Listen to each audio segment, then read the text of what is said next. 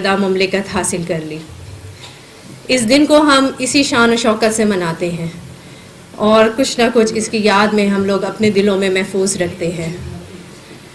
اس کے بعد سب سے پہلے پروگرام کا آغاز جو میں کروں گی تلاوت قرآن پاک سے کروں گی، جس کے لیے میں دعوت دوں گی قاری صاحب کو، قاری عدیل صاحب، جو 7 عشرہ کی سند یافتہ ہیں، یعنی 7 لہجوں میں قرأت کرنا جانتے ہیں۔ ان کی قرأت بہت خوبصورت آواز، میں ان کو بلاؤں گی قاری عدیل صاحب جناح اقبال ایجوکیشن سسٹم سے۔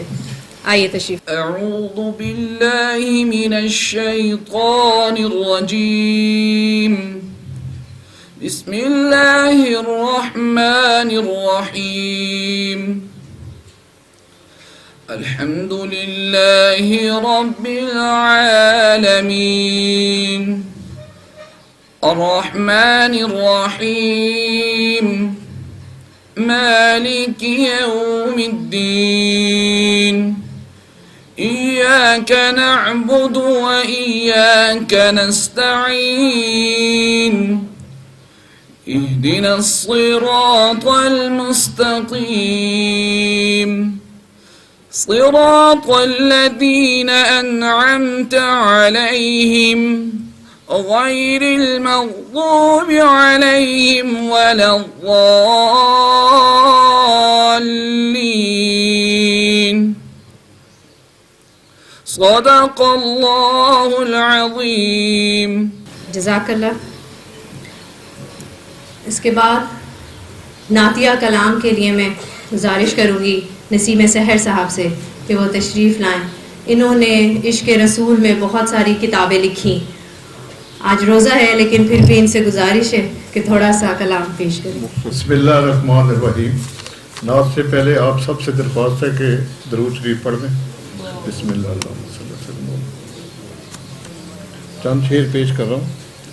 جتنے اشعار لکھ رہا ہوں میں، جتنے اشعار لکھ رہا ہوں میں، مدح دلدار لکھ رہا ہوں میں، مدح دلدار لکھ رہا ہوں میں، ہو کے سرشار لکھ رہا ہوں میں، نعت سرکار لکھ رہا ہوں میں،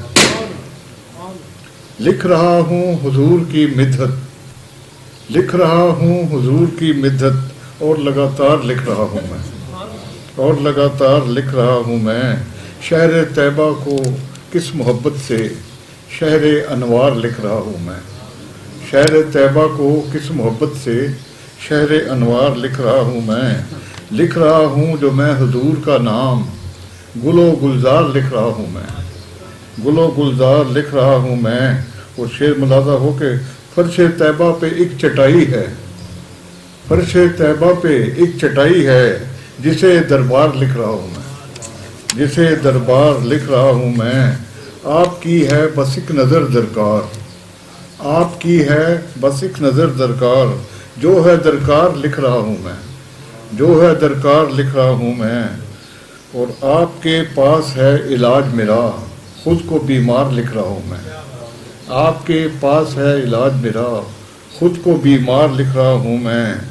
اور مقطع پیش کر رہا ہوں کہ ان کے نالین کو نسیم سحر، ان کے نالین کو نسیم سحر، اپنی دستار لکھ رہا ہوں میں، اپنی دستار لکھ رہا ہوں میں، جتنے اشعار لکھ رہا ہوں میں، مدح دلدار لکھ رہا ہوں میں۔ بہت خوب نسیم سحر صاحب، جزاک اللہ۔ اس کے بعد کہنے کو تو بہت کچھ ہے، یہ پاکستان ہمارا وطن ہے، جتنا بھی اس کے لیے بات کریں کم ہے، لیکن رمضان کا مہینہ ہے، سب لوگ روزے سے یہاں پر تشریف لائے ہیں، اور تمام لوگ اپنے اداروں سے، اپنے کام سے جو وقت نکال کر اس محفل میں تشریف لائے، اللہ تعالیٰ ان کی تمام دلی کاوشوں کو پورا کرے، ان کی دعاؤں کو مکمل کرے اور ان کے لیے نیک اسباب پیدا کرے۔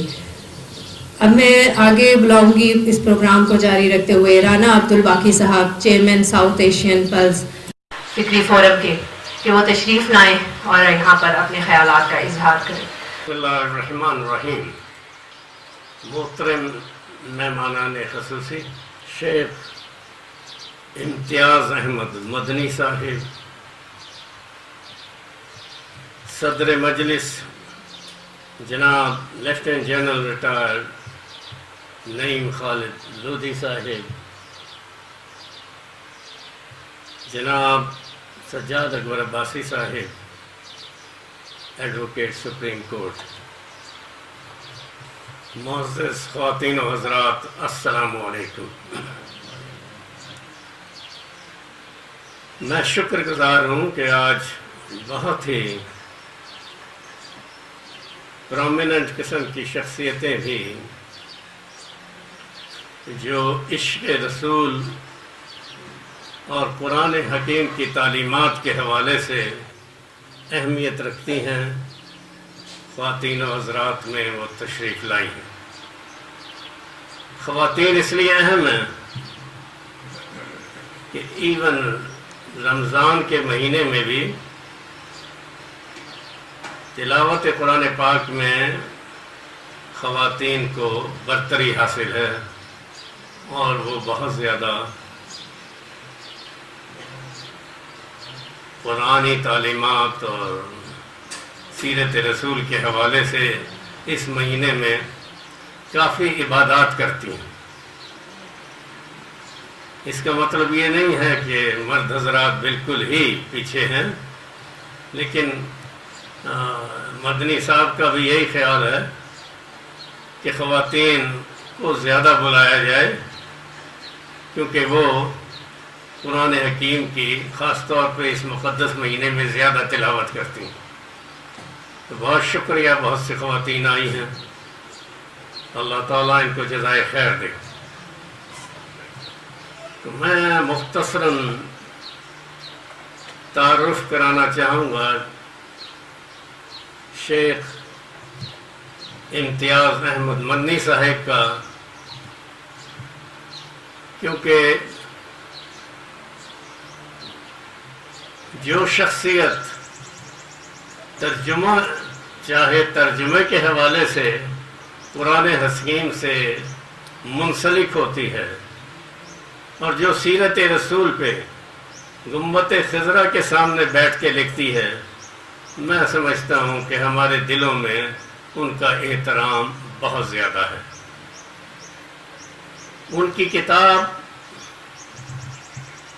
کیونکہ قرآن بذات خود ایک معجزہ ہے، اور اس کا آسان زبان میں، آسان انگریزی میں ترجمہ، وہ اس زمانے کا معجزہ ہے، کیونکہ اس ترجمے کو جب مغربی ممالک میں لوگ پڑھتے ہیں تو ان کو صحیح طور پر علم ہوتا ہے کہ اسلام کیا ہے اور قرآن کی تعلیمات کیا ہیں، اور اس حوالے سے بہت ساری شخصیتیں انہوں نے اسلام قبول کیا ہے۔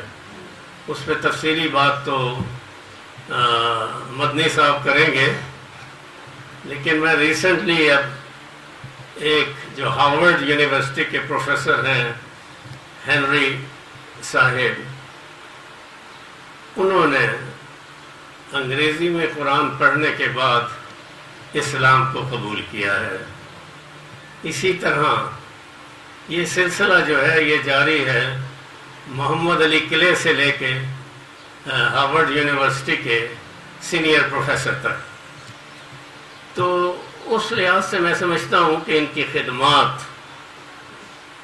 لائق تحسین ہیں، اور میں یہ اس حوالے سے بھی بتاتا ہوں کہ جو قرآن اور سیرت رسول سے جو لوگ منسلک ہوئے ہیں، ان کو اللہ تعالیٰ نے اس دنیا میں بھی بہت سی رحمتوں سے نوازا ہے۔ میں مثال دوں گا قائد اعظم محمد علی جناح کی، کہ جب وہ حصول تعلیم کے لیے لندن میں گئے تو انہوں نے لنکنز انز میں وارٹ لا اس لیے کرنے کا فیصلہ کیا کہ ان کے دروازے پر نمایاں طور پہ لکھا تھا کہ دنیا میں قانون دینے والے افراد میں سر فہرست جو ہیں وہ حضرت محمد صلی اللہ علیہ وسلم۔ تو ان کی جو عشق محمد کے حوالے سے فکر ہے وہ اس سے واضح طور پہ ظاہر ہوتی ہے۔ علامہ اقبال، جنہیں ہم حکیم الامت بھی کہتے ہیں، انہوں نے قرآن کریم کے حوالے سے 2 شعرا آفاق نظمیں لکھی، شکوہ اور جواب شکوہ، جس میں قرآنی تعلیمات کی بڑے واضح طور پہ اور ان اہم قسم کی نظموں کے حوالے سے پشاور سے لے کے کلکتہ تک جتنے بھی مسلمان اسکول یا کالجز تھے ان میں یہ دونوں نظمیں پڑھائی جاتی تھی اور اس کے ذریعے اسکول کا افتتاح ہوتا تھا. تو یہ ان کی نظموں کی وجہ سے ہندوستان میں مسلمانوں کی قومی یکجہتی خاص طور پہ قائد اعظم محمد علی جناح کے زمانے میں دیکھنے میں آئی. تو یہ معجزہ قرآن کا ہے اور اس حوالے سے میں سمجھتا ہوں کہ مدنی صاحب کی خدمات جو ہیں وہ لائق تحسین ہیں. میں جو تلاوت آج کی گئی ہے اس حوالے سے ان کا ترجمہ جو آسان انگریزی میں ہے اور دل پہ اثر کرتا ہے وہ آپ کو پڑھ کے سناؤں گا اور اس کے بعد ہم انہیں زحمت دیں گے کہ وہ اپنے خیالات کا اظہار کریں.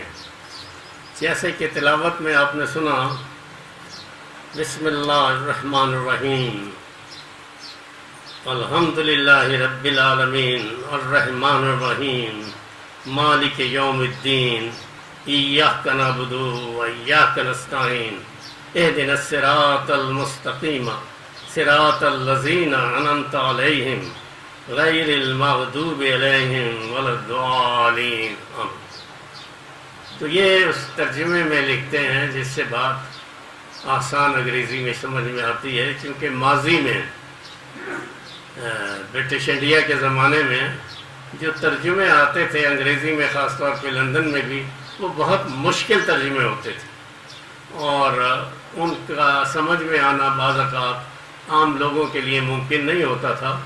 قائد اعظم محمد علی جناح کو سمجھ آتی تھی کیونکہ وہ کنگز انگلش بولتے تھے، تو ان کے لیے تو یہ مسئلہ نہیں تھا. تو یہ اس کے ترجمے کو میں صرف بیان کروں گا. In the name of Allah, the most gracious, the most merciful. All form of praise and thanks is due to Allah alone, the creator of all Alameen. The most gracious, the most merciful, the honor of the day of judgment. We worship you alone and we seek help from you alone. Guide us to the straight path, the path of those whom you honored with your favors, not the path of those who earned your anger, and not of those who went astray. تو یہ اس قرآن کا معجزہ ہے کہ جب کوئی بھی بیرونی مفکر اس کا مطالعہ کرتا ہے تو اس کے ذہن میں یہ بات آ جاتی ہے کہ یہ واقعی آخری نبی ہیں اور خدائی پروگرام جو ہے اس قرآن حکیم میں مکمل ہو جاتا ہے. بہت شکریہ.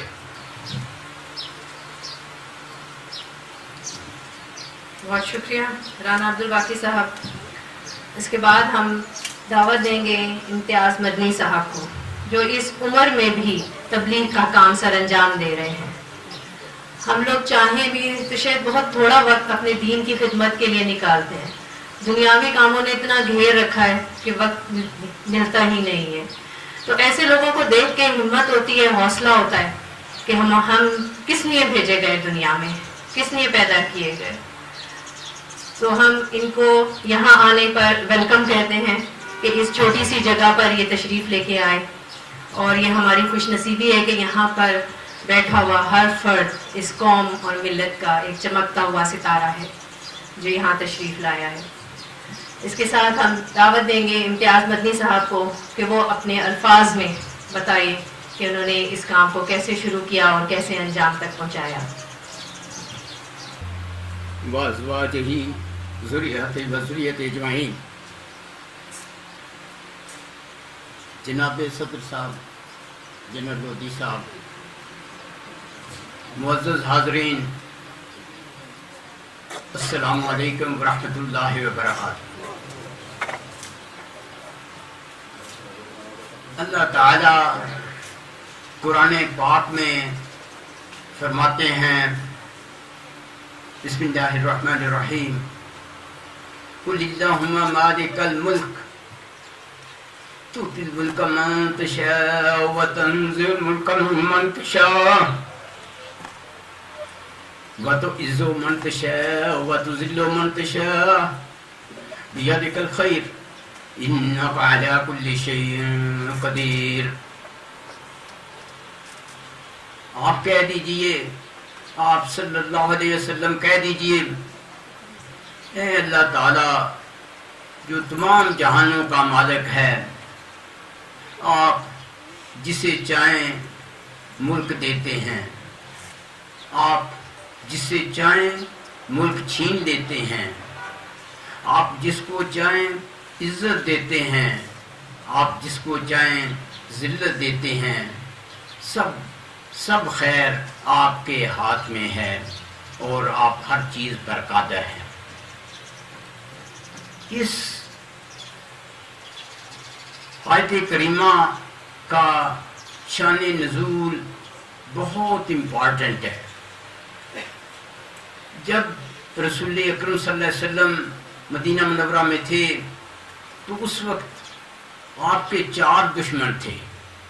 ایک مشرکین مکہ تھے، دوسرے یہود جو کہ ہمیشہ خیانت کرتے ہیں، تیسرے منافق جو کہ آپ کے اندر گھسے ہوتے ہیں، آپ کے ساتھ روزے رکھتے ہیں، افطاری کرتے ہیں، جہاد تک میں جاتے ہیں، لیکن وہ منافق رہتے ہیں۔ چوتھے بدو تھے، دیہاتی تھے، جو کہ ڈاکے مار کے لوٹ گسوٹ سے اس طرح سے اپنا سارا روزی کماتے تھے۔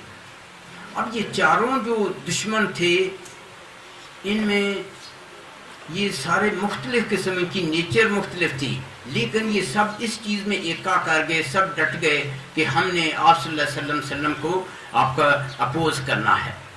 اس کے لیے انہوں نے مدینہ منورہ جو ہے حملہ کر دیا، سب بھان لیا ہے۔ تو اس کے لیے آپ کو یاد ہے کہ جنگ احزاب اس سے پہلے ایک خندق کھودی گئی، تو اس معاملہ بات مختصر کرنے کے لیے اس خندق میں کی کھدائی کے دوران ایک پتھر آ گیا جو کہ صحابہ سے ٹوٹ نہ سکا۔ تو آپ نے صحابہ کرام نے آپ صلی اللہ علیہ وسلم سے رجوع کیا۔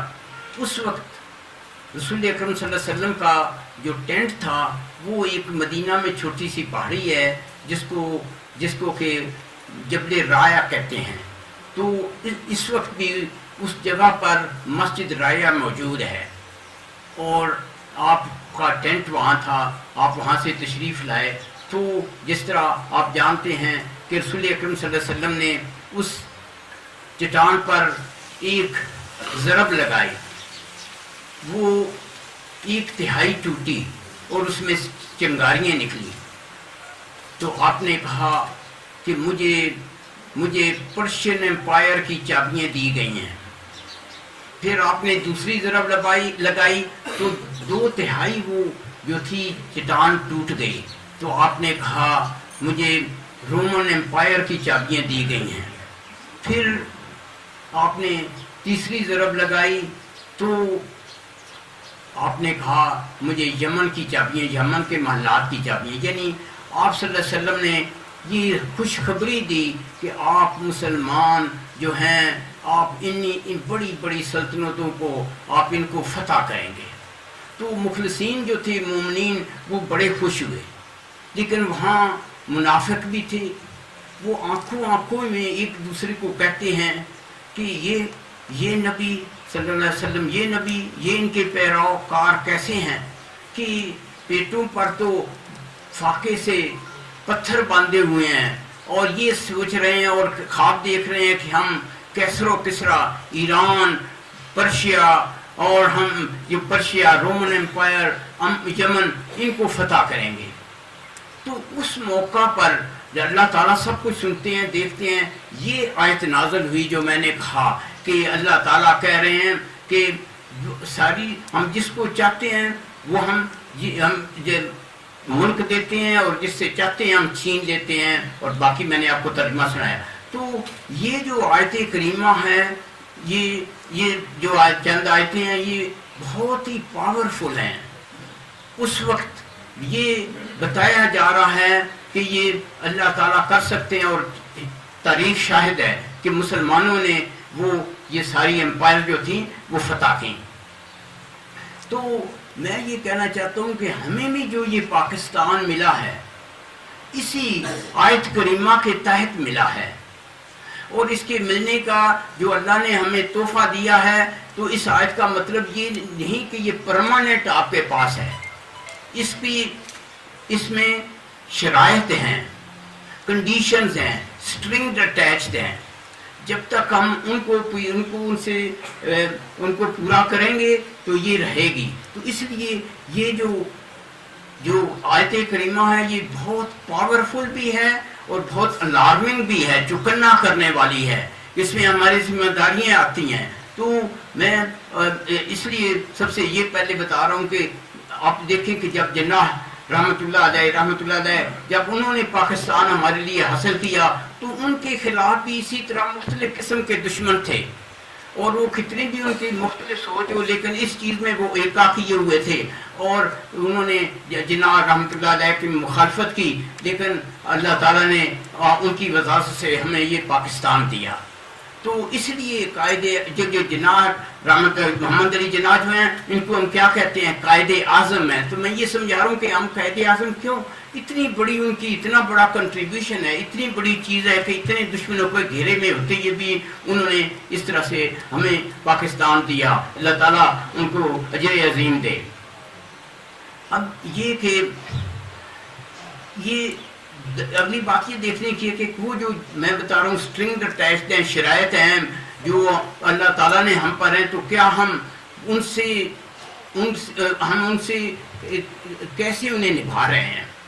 تو یہ اوپن سیکرٹ ہے کہ ہم میں بہت خامیاں ہیں بہت وجہ سے ہماری مشکلات ہیں بیماریاں ہیں. تو اس لیے ہمیں یہ دیکھنا ہے کہ ہم ان سے کیسے نپٹنا ہے.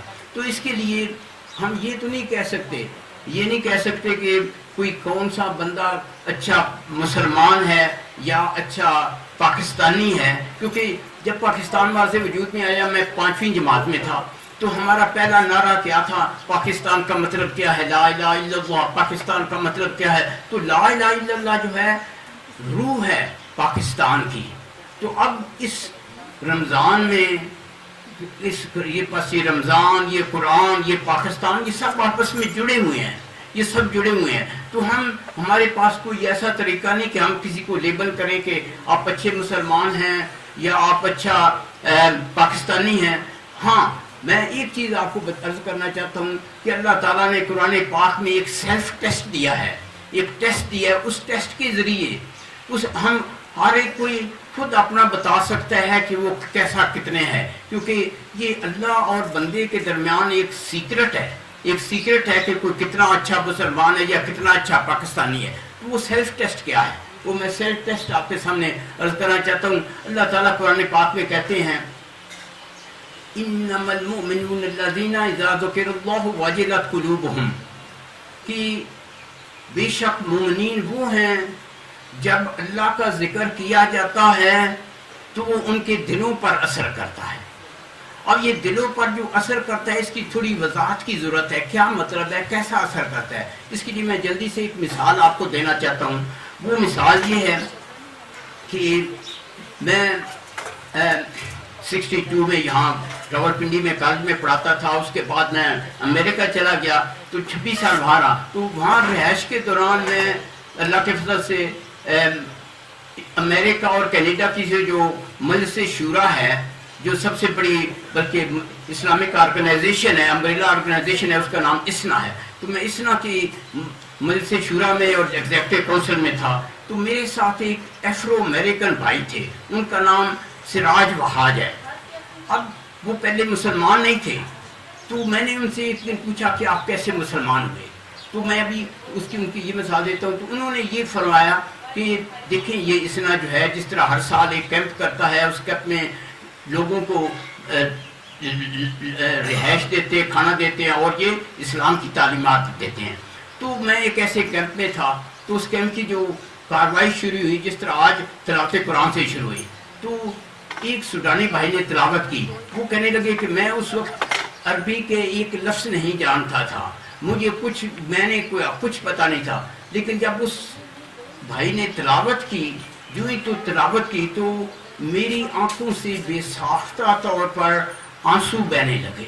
جو وہ اور تلاوت کرتے جاتے ہیں، میرے آنسو میری جھولی میں گرتے جاتے ہیں. جو ہی تلاوت ختم ہوئی تو میں نے کہا یہ جو کچھ بھی ہے یہ سچ ہے، یہ قرآن کی یعنی اتنی پاور ہے. تو انہوں نے اس روز وہ یہ سنی مسلمان بن گئے. تو ان کی یہ سراج وہاج صاحب کا کہ وہ بعد میں انہوں نے یہ عربی سیکھی، قرآن سیکھا، میں نے سیرت سیکھی. اور اب وہ امام مسجد کیا کہ نیو یارک میں تقوی مسجد بنائی. پھر وہ کیا ہے کہ نیشنل لیڈر بن گئے، جس طرح ہمارے ساتھ مجلس شورا میں تھے. پھر وہ انٹرنیشنل لیڈر ہیں. اب کئی بار انہوں نے جو مکہ میں جو حرم کا جو غلاف بدلتے ہیں اس میں حصہ لیا. تو کہہ یہ میں رہا ہوں کہ یہ جو میں یہ کھا کے اذا ذکر اللہ وجلت قلوبہم، تو اس سے میرا یہ مطلب ہے کہ ہمیں اب سب کو کوشش یہ کرنی ہے کہ ایسی کیفیت پیدا کریں. اور خود اپنے طور پر یہ دیکھ سکتے ہیں کہ یہ کیفیت ہم پر کب آتی ہے. کبھی ہفتے میں ایک بار آتی ہے، مہینے میں ایک بار آتی ہے، سال میں ہی اگر کبھی ایسی کیفیت پیدا ہو جائے، یا ابھی یہ رمضان میں ہی ہم اتنا کمٹمنٹ سے جاتے ہیں. تو یہ اس سے ہر ایک کو خود اس کا نفس بتائے گا کہ میں کتنا اچھا مسلمان ہوں، میں کتنا اچھا جو ہے پاکستانی ہوں. کیونکہ میں نے جیسے بتایا ہے کہ رمضان، قرآن، پاکستان یہ سب جڑے ہوئے ہیں. تو میری ایک تو یہ مطلب آپ سے یہ وجلت قلوب کے اس کو علامہ اقبال رحمۃ اللہ نے کئی اور طریقوں سے بتایا. مثلا ایک جگہ وہ یہ کہتے ہیں الفاظ و معانی میں تفاوت نہیں لیکن مجلاں کی اذاں اور مجاہد کی اذاں. اور دیکھ یہ ہے وجلت قلوب ہے، یہ ہے وجلت. میں دل کی اتار رہا ہوں کہ اس کو کیسے بیان کریں، اور وہ آپ کے لیے میں نے ایک سیلف ٹیسٹ دے دیا. اس طرح علامہ رحمۃ اللہ علیہ ایک اور جگہ کہتے ہیں تر آنکھیں تو ہو جاتی ہیں پر کیا لذت اس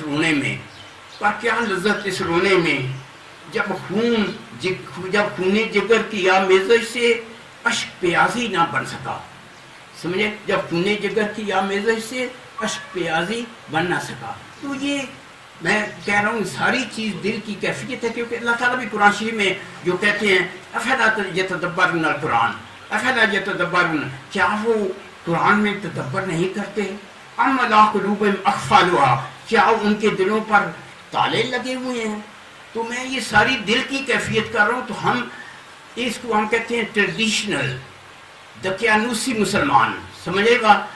یہ اصل مسلمان میں نے بتایا ہے کہ ہم لیبل نہیں کر سکتے، فتویٰ کوئی کسی کو نہیں، لیکن آپ کا ذہن خود بتائے گا کہ کیونکہ آپ کے اور اللہ کے درمیان سیکرٹ ہے. یہ کیفیت آپ کو پیدا کرنی ہے اور اس کے لیے آپ کو پوری یہ کوشش کرنی ہے. تو اب باقی تھوڑی سی بات یہ کرنا چاہتا ہوں کہ یہ آخر ہم میں خامیاں ہیں، یہ اوپن سیکرٹ ہے. کسی سے بات کریں تو کہتے ہیں جی ہم 80% ہمارے لوگ جو ہیں پٹڑی سے اترے ہوئے ہیں، پٹڑی سے. اب بات یہ کھلی بات ہے، کچھ چھپانے کی بات تو نہیں. تو لیکن اب کیا کرنا ہے اس کے لیے کیا؟ تو جب ہم بیمار ہوتے ہیں تو ڈاکٹر کے پاس آتے ہیں، وہ ایک نسخہ دیتا ہے، وہ اس پر عمل کرتے ہیں، ٹھیک ہوتے ہیں. میں آپ کو ایک نسخہ دینا چاہتا ہوں. وہ نسخہ کیا ہے؟ نسخہ میرا نہیں ہے، کسی کا نہیں ہے. نسخہ کیا ہے؟ اللہ تعالیٰ کا نسخہ ہے. اللہ تعالیٰ نے اپنے قرآن پاک میں ایک چیز دی جس کا مجھے بہت فائدہ ہوا, تو میں چاہتا ہوں آپ تک وہ پہنچاؤں. اصل میں جب پاکستان بنا تو مجھ پر کیسے امپیکٹ ہوا, کیا فائدہ ہوا. جیسے میں نے بتایا میں 5ویں جماعت میں تھا, تو 5ویں جماعت سے 10ویں جماعت تک ایک high school, government high school میں ہمارے اساتذہ کرام اتنے اچھے تھے, مخلص تھے, کہ صبح اسمبلی میں ہمیں قرآن شریف کی آخری آیتوں کے ترجمہ کے ساتھ یاد کراتے تھے. اب وہ سارے کام میں اس کا ہم پر امپیکٹ کیسے ہوا کہ ایک چیز میرے ذہن میں سٹک کر گئی, وہ جو نسخہ آپ کو دینا چاہتا ہوں وہ کیا تھی, یہ ہے فَمَن يَعْمَلْ مِثْقَالَ ذَرَّةٍ خَيْرًا يَرَهُ وَمَن يَعْمَلْ مِثْقَالَ ذَرَّةٍ شَرًّا يَرَهُ. اس کا ترجمہ تو یہ ہو گیا کہ جس نے ذرہ بھر نیکی کی وہ اس کا فائدہ مزہ چکھ لے گا, اور جس نے تھوڑی سی بھی جو برائی کی وہ اس کا وبال بھی چکھ لے گا. ٹھیک ہے, لیکن اصل میں یہ نہیں, یہاں پہ لفظ کیا استعمال ہوا ہے, مسکال. مسکال کا مطلب وزن ہے, گننا نہیں ہے. جس طرح ایک چھوٹی سی حدیث ہے کہ جب اگر آپ ایک آیت کو معنوں سے پڑھیں گے تو اس کا ثواب جو ہے 100 رکعتوں سے بھی زیادہ ہے. 100 رکعت تو چیزیں گننے کی نہیں, اخلاص سے, مسکال سے دیا ہوا ہے. تو یہ اتنا اچھا نسخہ ہے کہ جب آگے ہم بڑے جوانی میں گئے اور سٹیجز میں باہر گئے تو نشیب و فراز سے گزرے, تو جب یہ ہمارے دل میں بیٹھ جائے کہ جو نیکی کریں گے یہ ہوگا, بدی کریں گے وہ پکڑ ہونی ہے, وبال آنے ہی آنا ہے. تو یہ میری درخواست یہ ہے, گزارش یہ ہے, یہ سب سے پہلے آپ یہ اپنے پر لاگو کریں, اپنے پر لاگو کریں. اس کے بعد کیا ہے جو سب نبیوں کی سنت کیا ہے, وَأَنذِرْ عَشِيرَتَكَ الْأَقْرَبِينَ, کہ اپنے جو قریبی رشتہ دار ہیں ان پر, اپنی فیملی پر لاگو کریں.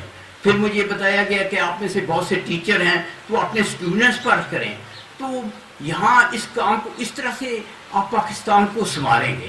یہی نہیں بلکہ اصل میں جناب رانا صاحب, ان کی ٹیم کو اتنی محنت ہے جو انہوں نے یہ کیا ہے, تو یہ نہیں چاہتے کہ یہ اب 12:30 بجے میٹنگ ختم ہوگی تو اللہ خیر صلاح, یہ بات نہیں. یہ چاہتے ہیں کہ کنٹینیوٹی رہے, اس لیے آپ کو وہ تحفے بھی دے رہے ہیں. تو کنٹینیوٹی کے لیے میں درخواست یہ کر رہا ہوں, ایک میں تھوڑی سی عرض یہ کر رہا ہوں کہ جب آپ اپنے پر لاگو کریں, آپ کو حلاوت الایمان میں ایمان کی مٹھاس مل جائے, تو پھر آپ ایک وہ کریں جس طرح ہم امریکہ میں کیا کرتے ہیں کہ یاد دہانی کے لیے ہم ایک سٹیکر بنا لیتے ہیں تو ریفریجریٹر پر لگا دیتے ہیں. تو اللہ تعالیٰ بھی قرآن میں کہتے ہیں وَذَكِّرْ فَإِنَّ الذِّكْرَ تَنفَعُ الْمُؤْمِنِينَ, کہ یاد دہانی کرائیے کیونکہ یاد دہانی جو ہے مومنین کے لیے نفع بخش ہے. تو آپ یاد دہانی کے طور پر ایک تو یہ کریں کہ اپنے گھر میں سٹیکر بنا کے لگا لیں, پھر فیملی میں دوسرے جہاں بھی آپ جاتے ہیں. اور پھر میں آپ سب سے درخواست کروں گا کہ اتنی مقدس یہ میٹنگ ہے, اتنے ہماری خوش قسمتی ہیں, آپ جیسے اتنے بڑے بھائی بہنیں آئے ہیں, تو آپ یہ تہیہ کر لیں کہ آپ 1000 ایسے سٹیکر بنائیں گے جس میں یہ لوگوں کے دلوں میں بیٹھے کہ ہم جو نیکی کریں گے, بلکہ یہ اس کا آج کے لحاظ کے کہ ایٹم کے وزن کے برابر بھی نیکی کریں گے, اس کا ہمیں اس کا اجر ملے گا انشاءاللہ. اللہ تعالیٰ کہہ رہے ہیں, سمجھ آئے. اور اگر ہم ایک ایٹم کے وزن کے برابر بھی برائی کریں گے تو وہ جو ہے ضرور وبال ہوگا. تو وہاں ریڑھی والے سے لے کر اوپر کے ہر فیلڈ میں جو بڑے بڑے مافیا ہیں, جس کو بھی ہے آپ کا کام کرنے کا ہے, وَمَا عَلَيْكَ إِلَّا الْبَلَاغُ الْمُبِينُ لَيْسَ عَلَيْكُمْ هُدَاهُمْ وَلَٰكِنَّ اللَّهَ يَهْدِي مَن يَشَاءُ. ہدایت آپ کے ہاتھ میں نہیں ہے, جس کو اللہ نے ہدایت دینی ہے وہ اس سے ہدایت لے گا, وہ اس سے. اور اس طرح سے آپ پاکستان کو عملی طور پر بہتر سے بہتر بنائیں گے. اور یہ جو اتنی محنت سے رانا صاحب نے, جناب رانا صاحب نے یہ جو کیا ہے اور ان کی ٹیم نے کیا ہے, تو یہ کنٹینیوٹی رہے گی. اور یہ جو آپ کو گفٹ بھی دے رہے ہیں وہ کتابوں کے, تو اس میں بھی وہ ان کا مقصد یہی ہے کہ یہ چیز جو ہے چلتی رہے, جاتی رہے. تو اخیر میں پھر ان جو چونکہ یہ 2 کتابیں میں زیادہ تفصیل نہیں کرنا چاہتا, کیونکہ اللہ تعالیٰ نے تو قرآن شریف میں یہ کہا ہے وَلَقَدْ يَسَّرْنَا الْقُرْآنَ لِلذِّكْرِ فَهَلْ مِن مُدَّكِرٍ, کہ ہم نے تو قرآن شریف کو اتنا آسان بنایا ہے نصیحت کے لیے. حل میں مدعکر, تم میں سے کوئی ہے جو نصیحت لینا چاہتا ہے, تم میں سے کوئی ہے نصیحت لینا چاہتا ہے. اور یہ بات اتنی بار دہرائی ہے آپ گھر میں بچے کو چیز کہتے ہیں وہ ذرا ادھر ادھر کانوں میں مارتا کہتا تھا سنا نہیں تم نے؟ اللہ تعالیٰ میں یہ کہہ رہے ہیں وَلَقَدْ يَسَّرْنَا الْقُرْآنَ لِلذِّكْرِ فَهَلْ مِن مُدَّكِرٍ. انہوں نے تو آپ یہ اگر یہ آج کمٹمنٹ کر لیں کہ پہلے اپنے پر لاگو کریں گے، پھر جو نبیوں کی سنت ہے انذر عشیرتک الاقربین، پھر آگے یہ تو پاکستان کو بہتر بناتے جائیں، اور یہ بہت ضروری ہے.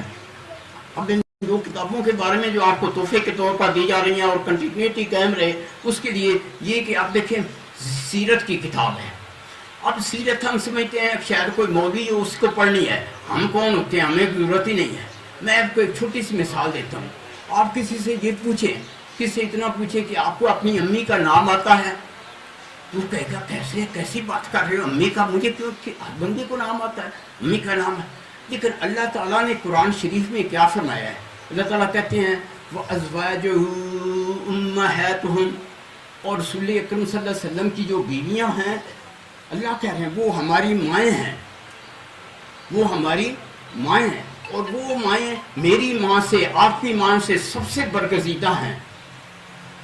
اتنی نہ صرف مسلمانوں کے لیے، پوری بنی نوع انسان کے لیے جب سے شروع ہوا ہے اور قیامت تک کے جتنے لوگ ہوں گے ان سب کے لیے، وہ سب کے لیے سب سے برگزیدہ شخصیتیں ہیں. لیکن ہم اپنے کو وہ تھپکی دیتے ہیں کہ ہم بہت اچھا مسلمان ہوں.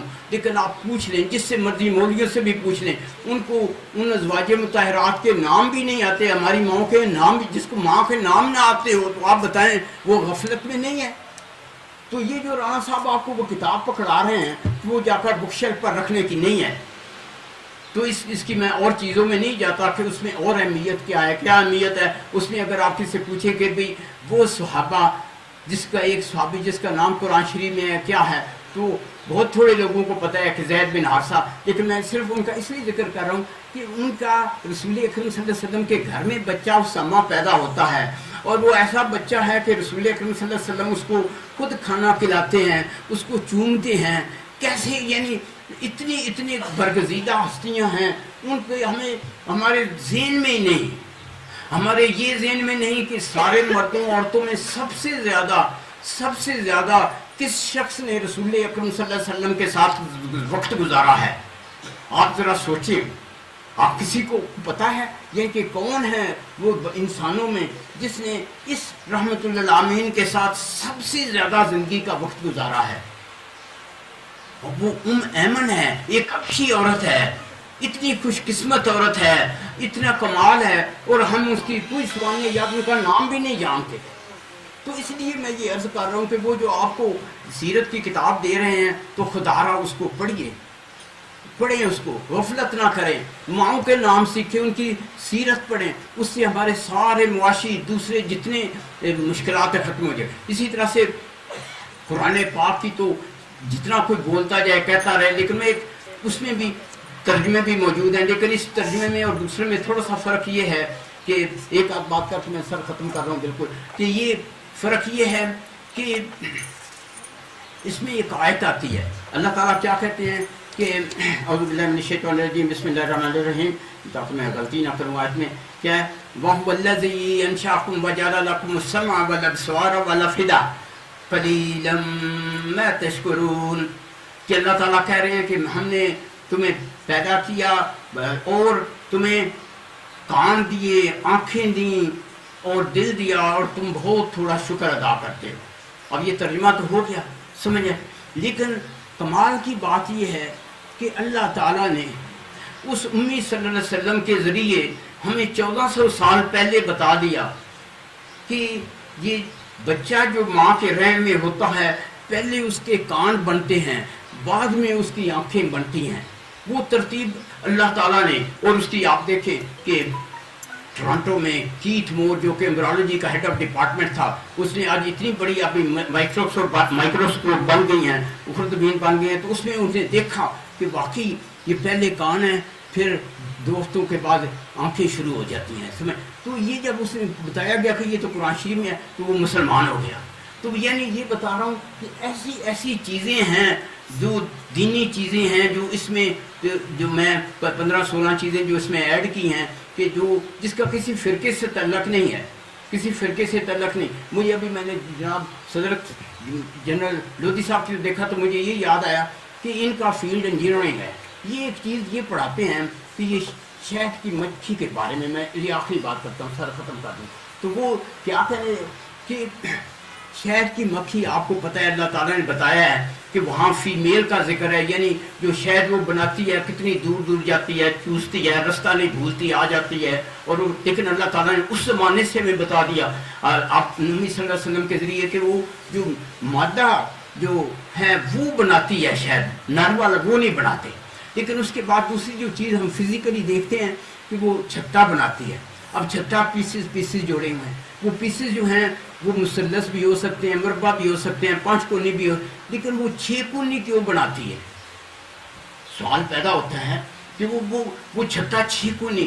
تو آپ جو ہیں جناب لودھی صاحب اپنی انجینئرنگ میں پڑھاتے ہیں کہ آپ اگر دیکھیں گے کہ اگر 6 کونی چیزوں کو جوڑا جائے تو اس کے جوڑنے کے لیے ایک تو پوائنٹ یہ ہے کہ کم سے کم مسالہ یا ویکس چاہیے، کم سے کم مسالہ. اور وہ یہ سسٹم اتنا سٹرانگ ہوتا ہے، سمجھے آپ اتنے بڑے انجینئر ساری عمر، تو یہ دیکھیں اس کو اتنی صلاحیت دی ہے. پھر وہ جتنے وہ مسدس بنا رہی ہے سب ایک برابر ہیں، بالکل اس میں ذرا فرق. ایسی کمال کی چیزیں ہیں جو قرآن شریف میں ہم اس میں کوئی فرقوں کا تعلق نہیں کچھ. تو میں نے ایسی عرض کر رہا ہوں کہ آپ اس طرح کی آپ کو 10-15 چیزیں ملیں گی جس سے آپ کو اور انسپائریشن ملے گی، اور جو فی زمانہ ہمیں ان کی طرف جانا چاہیے.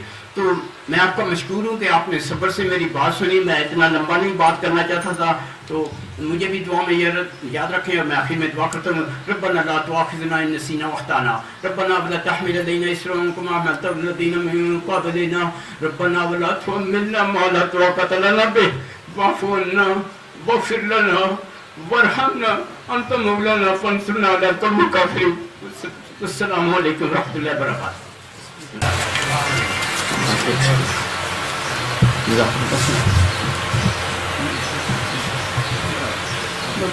آخر میں زحمت دینا چاہوں گا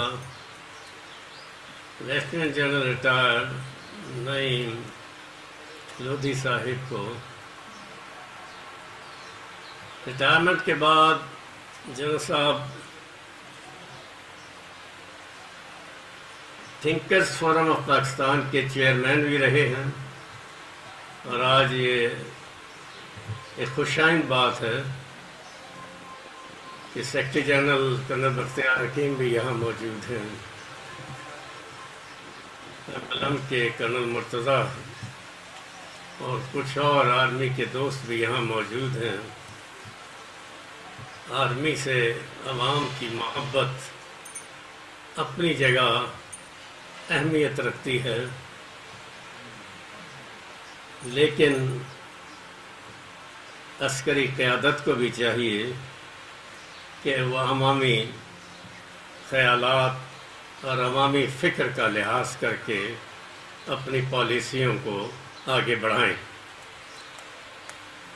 جناب جنرل صاحب سے ابھی گفتگو ہو رہی تھی جب مدنی صاحب نے کہا پاکستان کا مطلب کیا لا الہ الا اللہ.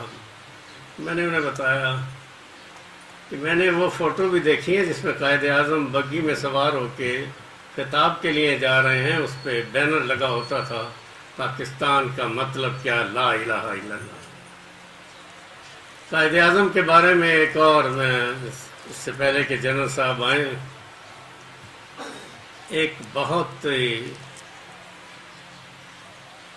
ایسی بات آپ کو بتانا چاہتا ہوں جس سے ان کے عشق رسول کی وضاحت ہوتی ہے. اور یہ بات کیونکہ قائد اعظم چلے گئے تھے 1929 میں، واپس چلے گئے تھے لندن، یہ دیکھتے ہوئے کہ کانگریس نے مسلمانوں کے درمیان بہت زیادہ غلط فہمیاں پیدا کر کے پیسے کا استعمال کر کے توڑ جوڑ کی سیاست شروع کی تھی. تو 1931 میں قائد اعظم نے پہلی گول میز کانفرنس میں تو شرکت کی، لیکن بقایا گول میز کانفرنسز میں انہوں نے شرکت نہیں کی. ان سے مولانا محمد علی جوہر نے بھی درخواست کی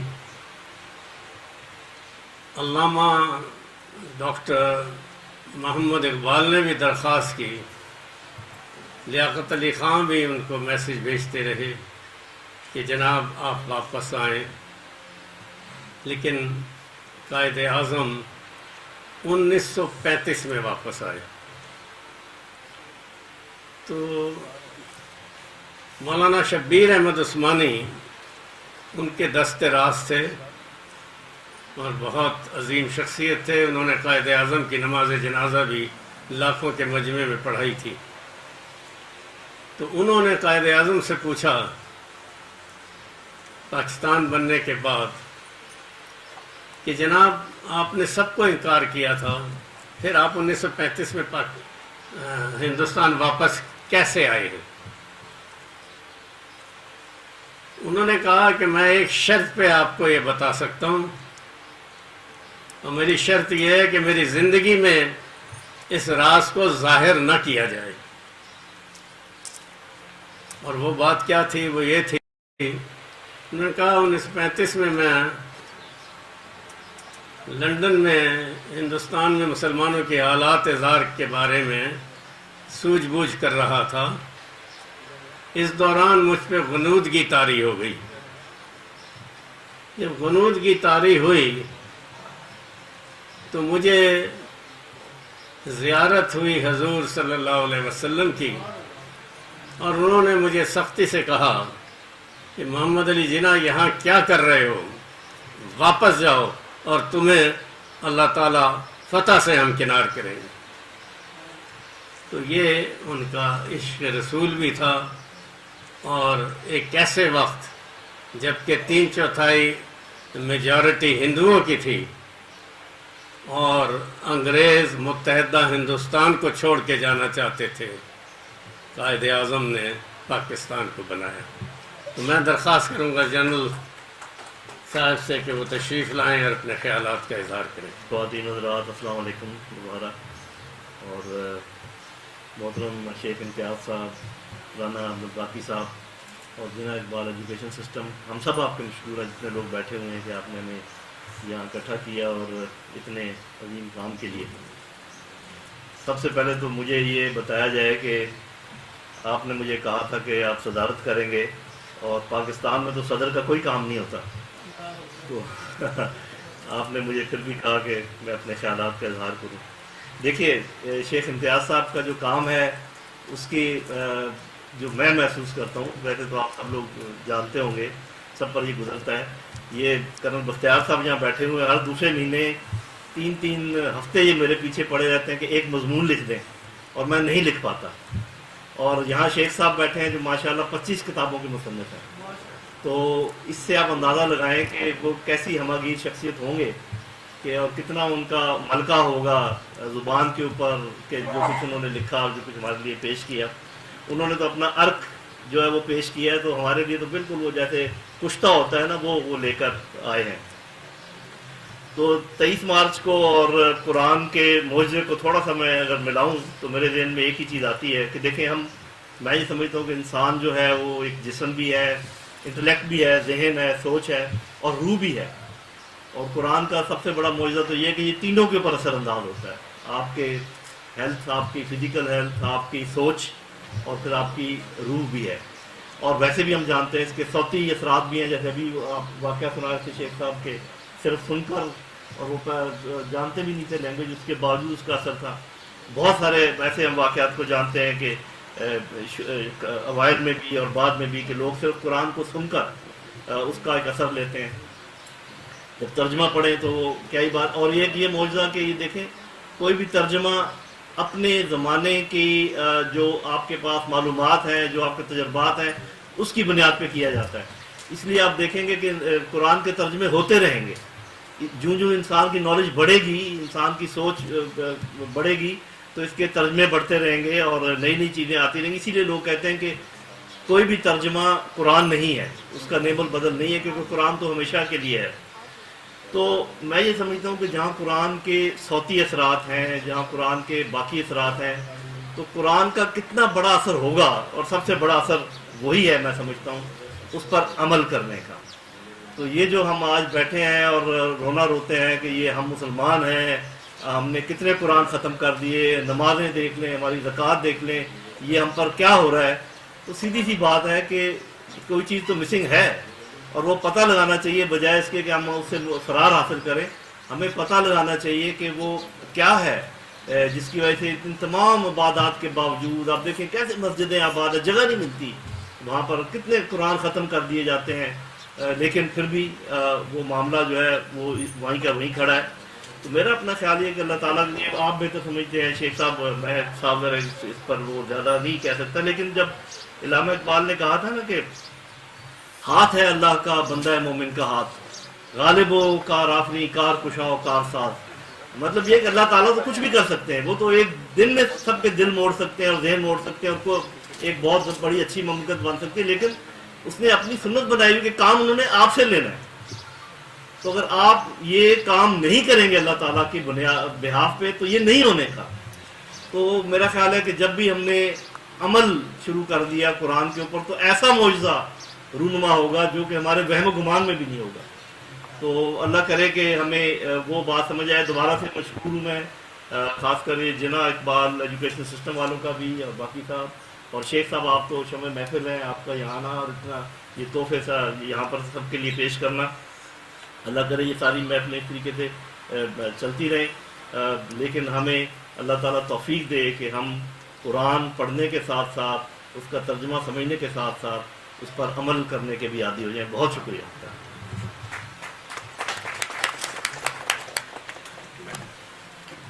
بہت بہت شکریہ جناح صاحب، اور بہت خوب سیلف ٹیسٹ کی بات کی، اور میں کہتی ہوں اس کی لمبی چوڑی اس میں اگر ہم نہ بھی جائیں تو صرف ایک آیت ہی ہمیں اپنا سیلف ٹیسٹ کروا دیتی ہے، انما الاعمال بالنیات، عملوں کا دار و مدار نیت پر ہوتا ہے، جیسی آپ کی نیت ہے کام کرنے کی ویسا ہی آپ کا اجر ہے۔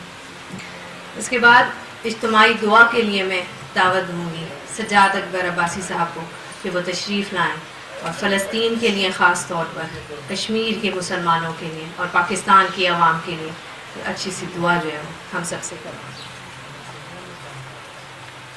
اعوذ باللہ من الرجیم، بسم اللہ الرحمن الرحیم، الحمد للہ رب العالمین، الرحمن الرحیم، مالک یوم الدین، ایاک نعبد و ایاک نستعین، اہدنا الصراط المستقیم، صراط الذین انعمت علیہم غیر المغضوب علیہم ولا الضالین۔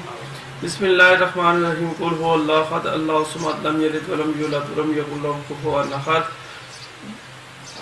سبحان ربک رب العزت عما یصفون وسلام علی المرسلین والحمد للہ رب العالمین۔ جائر حضور علیہ الصلوۃ والسلام کے وسیلہ جلیلہ سے میں قرآن پاک کو پڑھ کر، سمجھ کر اور اس پر عمل پیرا ہونے کی توفیق عطا فرما۔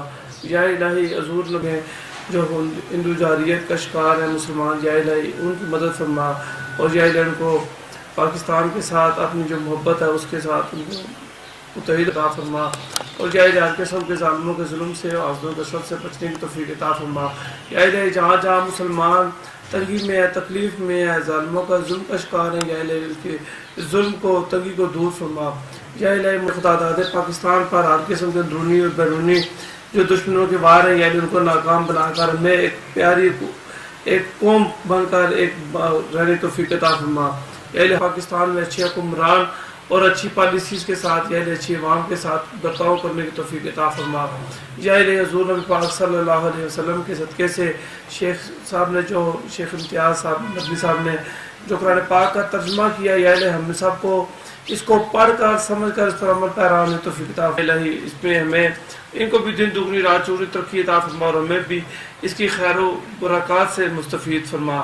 یا الہی حضور نبی پاک صلی اللہ علیہ وآلہ وسلم کے صدقے سے اس ملک پاکستان کی خیر فرما، اور اس کے بنانے والوں میں قائد اعظم محمد علی جناح، علامہ اقبال صاحب، اور یا الہی جتنے بھی تحریک کے جو نامور یا الہی جو ساتھی تھے، اور یا الہی جتنے جو گمنام لوگوں نے جو چھاتیں دی ہیں، یا الہی جن مسلمان مردوں، عورتوں، بچوں، بوڑھوں نے ہجرت کے وقت چھاتیں دی ہیں، یا الہی ان سب ما وصلی اللہ تعالیٰ علی رسولہ خلقہ محمد وعلی آلہ وصحبہ اجمعین برحمتک یا ارحم الراحمین۔